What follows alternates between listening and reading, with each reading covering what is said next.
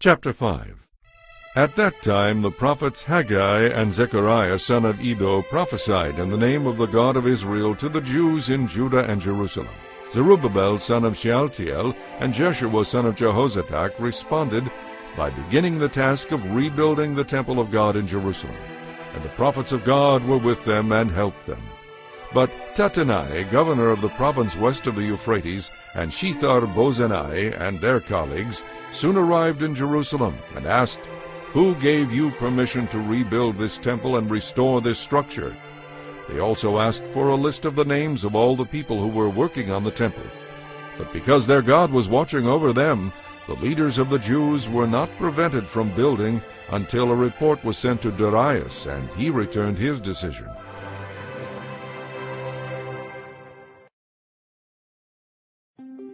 This is the letter that Tattenai, the governor, Shethar-bozenai, and the other officials of the province west of the Euphrates River sent to King Darius.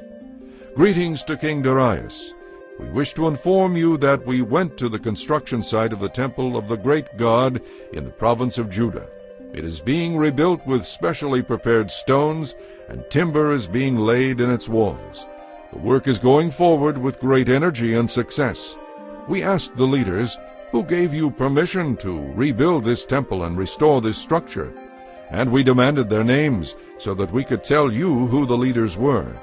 This was their answer: "We are the servants of the God of heaven and earth, and we are rebuilding the temple that was built here many years ago by a great king of Israel.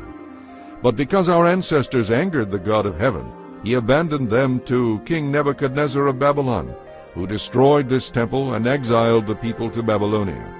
However, King Cyrus of Babylon, during the first year of his reign, issued a decree that the temple of God should be rebuilt. King Cyrus returned the gold and silver utensils that Nebuchadnezzar had taken from the temple of God in Jerusalem and had placed in the temple of Babylon. These items were taken from that temple and delivered into the safekeeping of a man named Sheshbazzar, whom King Cyrus appointed as governor of Judah. The king instructed him to return the utensils to their place in Jerusalem and to rebuild the temple of God there as it had been before.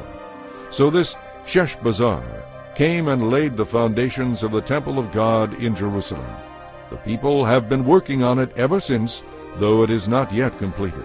So now, if it pleases the king, we request that you search in the royal archives of Babylon to discover whether King Cyrus ever issued a decree to rebuild God's temple in Jerusalem, and then let the king send us his decision in this matter."